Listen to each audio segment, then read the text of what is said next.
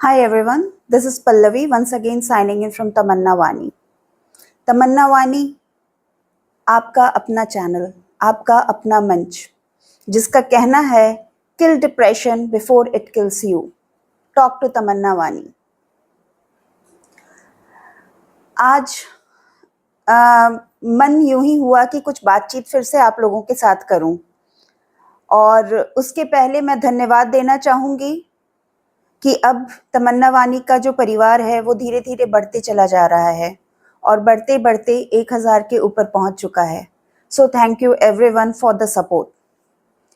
आप सबों के सपोर्ट से ही तमन्ना वानी धीरे धीरे आगे बढ़ रही है और अपने ऑब्जेक्टिव की ओर थोड़ा थोड़ा एक एक कदम बढ़ाते जा रही है, और उम्मीद है जल्द ही अपने उद्देश्य को पूर्ण भी करने में थोड़ी सी सफल ज़रूर होगी। तमन्ना वानी जिसका उद्देश्य है हर इंसान की तमन्नाओं को वाणी देना, जो बोल नहीं सकें, जो किसी से भी बात नहीं कर पाते हैं, उनसे बात कर पाना, जिन्हें कहा जाता है कि वो पढ़ाई में कमज़ोर हैं, उन्हें बताना कि पढ़ाई उनकी कमज़ोरी नहीं, लोगों की कमज़ोरी है, और वो किसी चीज़ में, कोई कभी पढ़ाई में या किसी चीज़ में कमज़ोर नहीं होता। हम सबों के अंदर पोटेंशियल होती है, बस आयाम अलग होते हैं और ज़रूरत होता है उस आयाम पर देखने की। तो तमन्ना वानी जो आपका अपना चैनल है वो इसी आयाम को देखते हैं। So thank you once again for all the support. आज जिस बारे में मैं बातचीत करना चाह रही हूँ वो थोड़ा सा फिर से मैं बता रही हूँ, जैसे मैं फेमस हूँ इस बारे में कि मैं टैबूज पर बात करती हूँ, मैं उन चीज़ों पे बात करती हूँ जिन चीज़ों पे बात करना हमारे समाज में जनरली निषेध माना जाता है कि उस पर बातचीत ना किया जाए। उसे सामाजिक तौर पर मतलब ऐसे देखा जाता है जैसे कि बहुत शर्मिंदगी की बात है, इस पे क्या बात करना, इस तरह के टॉपिक्स पे बहुत शर्मा के, झिझक के बात किया जाता है। हम उसी टॉपिक्स पे बात करते हैं क्योंकि वो सभी चीज़ें हमारे पर गुजरती हैं, हमारे साथ गुजरती हैं, बस ज़रूरी है कि हम उन पर बात नहीं कर पाते और घुटती रह जाती हैं। तो ये घुटन को दूर करना ही तो तमन्ना वानी का मकसद है। आज मैं बात कर रही हूँ हर स्त्री के जीवन में आने वाले एक ऐसे मोड़ की, जो आती तो है, मतलब सबके लाइफ में वो मोड़ आता है, एक ऐसा समय आता है जो सबके लाइफ में आता है, लेकिन होता ये है कि वो सबसे नेग्लिजिबल फेस होता है, मतलब उसे लोग बहुत नेग्लिजिबल टाइप से देखते हैं, उनसे समझ नहीं पाते, और खुद जिन पे बीत रहा होता है वो तो बिल्कुल भी नहीं समझ पाती क्योंकि उनके पास उस वक्त बहुत सारी जिम्मेवारियां होती हैं और उनके बीच में पिसती एक स्त्री समझ नहीं पाती कि आखिर उसके शरीर के साथ हो क्या रहा है, उसके साथ क्या हो रहा है, ये कैसा बदलाव है। मैं बात कर रही हूँ मेनोपॉज की। मेनोपॉज जिसे कि रजोनिवृत्ति भी के नाम से भी जाना जाता है। मेनोपॉज एक ऐसा फेज है जिससे हर स्त्री गुजरती है, लेकिन उसके पहले होने वाले उन सिम्टम्स को वो समझ नहीं पाती क्योंकि इसके बारे में ज्यादा बातचीत होती ही नहीं है। जो एक स्त्री है उसके जीवन में अगर देखा जाए तो हार्मोनल चेंजेस रेगुलर होते रहते हैं, और वो हार्मोनल चेंजेस अगर हैं तो वो 3 फेज में होता है। एक होता है जबकि 12-13 साल की 11-12-13 साल की उम्र में जब हमारे मेंस्ट्रुअल साइकिल शुरू होती है, और उसके बाद का जो फेज होता है वो मेनोपॉज का फेज होता है। तो मेंस्ट्रुअल साइकिल के बारे में तो हम जनरली बातचीत कर लेते हैं क्योंकि हमारे घर में बच्चियां होती हैं जिन्हें हम इनसे बातचीत करके उन्हें बता देते हैं कि ऐसा ऐसा होगा। जनरली माएँ ये काम करती हैं, लेकिन मेनोपॉज एक ऐसा फेज है जिसके बारे में बातचीत बिल्कुल नहीं की जाती, लगभग ना के बराबर की जाती है, और जनरली इंडियन फैमिलीज में इस तरह की बातों को करना लोग शर्मिंदगी महसूस करते हैं इस तरह की बातों को करने में, और गुजरते हर कोई है। तो आज हम बात करते हैं इसी फेज की। मेनोपॉज के पहले एक फेज होता है प्री मेनोपॉज फेज, जिसे पेरी मेनोपॉज भी कहते हैं, और फिर पोस्ट मेनोपॉज, यानी 3 फेज में उसे डिवाइड किया जाता है। तो एग्जैक्टली ये चीज है क्या, क्या होता है इस दौरान? हमारे जो शरीर है ना, हमारा जो पूरा शरीर है, उसमें एक मैसेंजर है, केमिकल मैसेंजर, जिसे हार्मोन्स कहते हैं। अगर सिंपल लैंग्वेज में बात करें तो बिल्कुल बायोलॉजिकली इस पे बात नहीं करना है। अगर बायोलॉजिकली बात करना चाहेंगे आप हमसे तो हम करेंगे, इस पे भी आप कमेंट कर सकते हैं, बता सकते हैं। अगर आप बायोलॉजिकली इसके बारे में जनरल जानना चाहते हो तो हम इस पे एक डिटेल वीडियो बनाएंगे। लेकिन अगर हम रफ मतलब जिसे कहते हैं आम भाषा में बात करें तो हमारा जो शरीर है उसमें ग्लैंड्स होते हैं, एंडोक्राइन ग्लैंड्स, और उन ग्लैंड्स से हार्मोन सिक्रीट होता है। हार्मोन जो कि केमिकल मैसेंजर होता है, जो हमारे पूरे बॉडी को कंट्रोल करता है, बॉडी के बहुत सारे सिस्टम्स को, अलग अलग सिस्टम्स को कंट्रोल करता है। उसी में कुछ हार्मोन्स होते हैं जिसको हम लोग रिप्रोडक्टिव हार्मोन कहते हैं। इन्हीं रिप्रोडक्टिव हार्मोन में होता है एस्ट्रोजन और प्रोजेस्टेरॉन, ऑस्ट्रोजन और प्रोजेस्टेरॉन, जिसे फॉलिकल स्टिमुलेटिंग हार्मोन्स भी कहते हैं। तो एक उम्र के बाद जो 45 प्लस कह सकते हैं हम, जनरली वो 45 प्लस होता है, कुछ लोगों को अर्ली मेनोपॉज भी होता है, उसके बारे में हम बाद में बात करेंगे। लेकिन जनरली इस अवस्था की शुरुआत 44-45 के बाद शुरू होती है, जिसे हम कहते हैं प्री मेनोपॉज। इस दौरान होता यह है कि एस्ट्रोजन और प्रोजेस्टेरॉन हार्मोन का सिक्रीशन धीरे धीरे घटने लगता है, और इनके घटने के साथ साथ जो हमारा जो ये चूंकि रिप्रोडक्टिव हार्मोन है और ये घटने लगता है, तो ऑब्वियसली हमारा जो रिप्रोडक्टिव सिस्टम है वो धीरे धीरे कमजोर होने लगते हैं।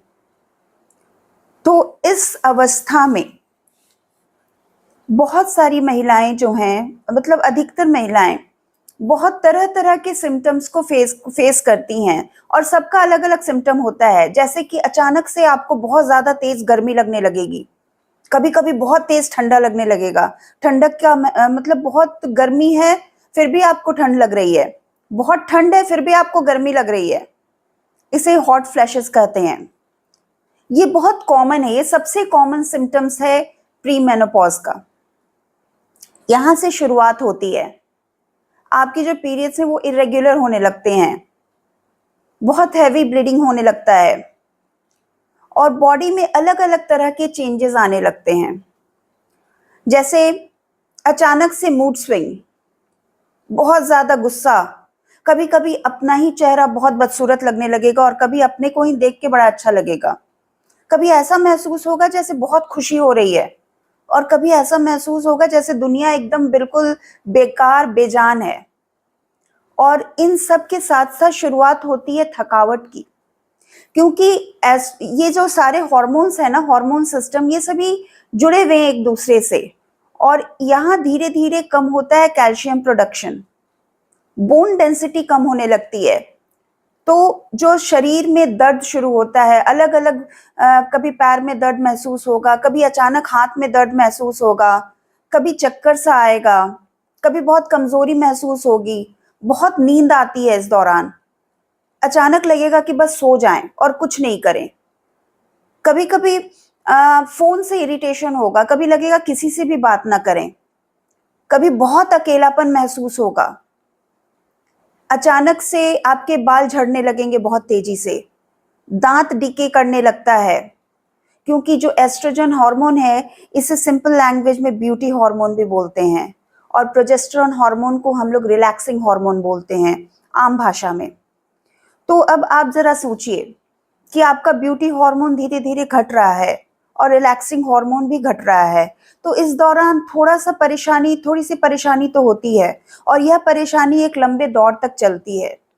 तो होता यह है कि इस दौरान चूंकि अगर आप कामकाजी महिला हैं तो और भी ज्यादा दिक्कत होती है, क्योंकि आपको घर और बाहर दोनों देखना है, आपको बाहर भी बिल्कुल फिट रहना है, लेकिन आपका जो थकावट है वो बढ़ते चला जाता है।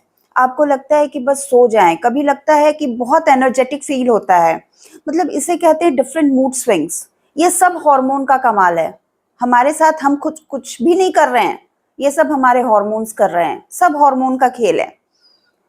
तो लेकिन दिक्कत यहाँ पे ये आती है जैसे इसके कुछ कॉमन सिम्टम्स को मैं अगर टेबल फॉर्म में बताऊं, तो उस तरह से आप कह सकते हैं मूड स्विंग्स बहुत कॉमन है। ठीक उसी तरह से जैसे कि प्रीमेंस्ट्रुअल फेज में आता है 11-12 साल के दौरान जिस तरह आता है, ठीक उसी तरह से कुछ इस समय भी आता है, लेकिन उस समय हमारे अंदर अल्हड़ता होती है और अभी मैच्योरिटी। तो हम इस मूड स्विंग को ना दबाते चले जाते हैं। हम क्या करते हैं कि अगर हमें गुस्सा आ रहा है तो भी हम कंट्रोल करते हैं, अगर हम खुशी महसूस कर रहे हैं तो किसके साथ खुशी व्यक्त करें। सभी तो अपने में बिजी हैं, पति अपने में बिजी हैं, बच्चे अपने में बिजी हैं, ऑफिस में अपना परेशानी है, घर में सभी अब परिवार वाले अपने अपनी चीजों में बिजी हैं।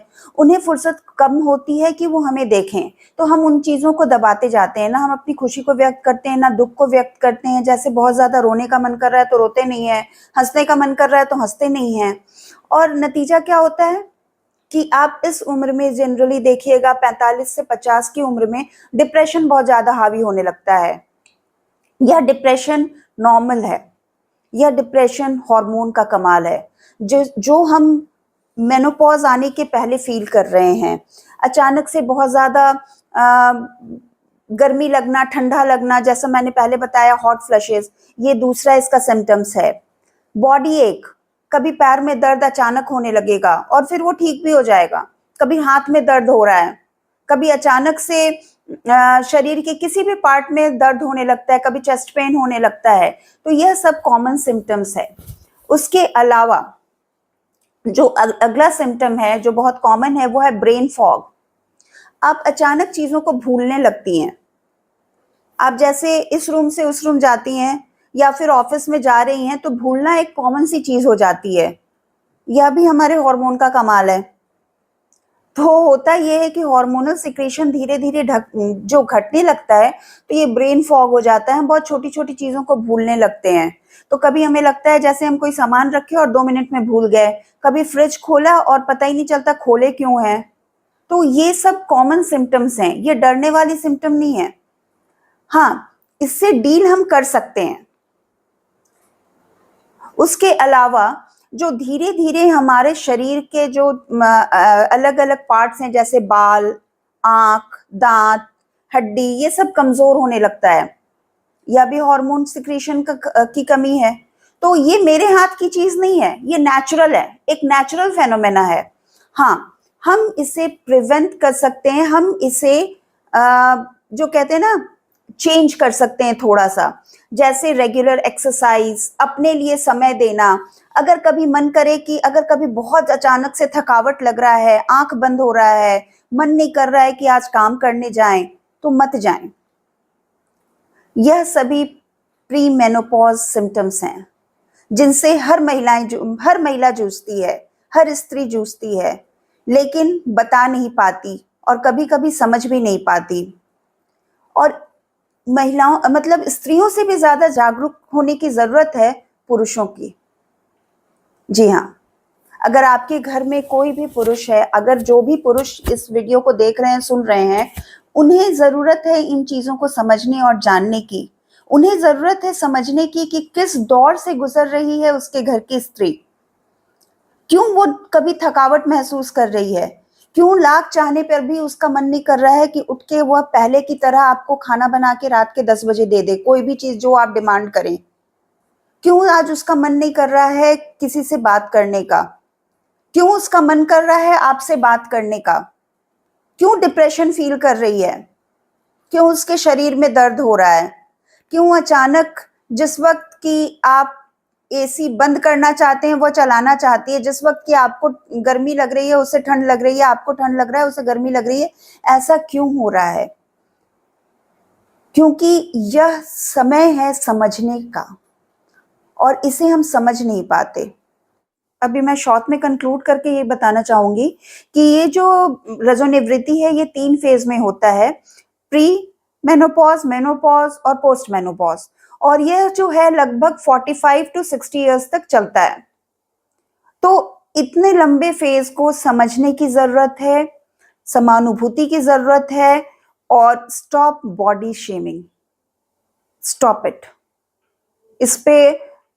इससे ज्यादा हार्श मैं नहीं बोल सकती, क्योंकि स्टॉप इट ही बोल सकती हूँ। Stop body shaming, understand hormones क्या होते हैं, प्लीज पढ़ें, और अगर आप उसके बारे में बायोलॉजिकली जानकारी चाहते हैं तो कमेंट करें, मैं इस पर डिटेल वीडियो जरूर बनाऊंगी।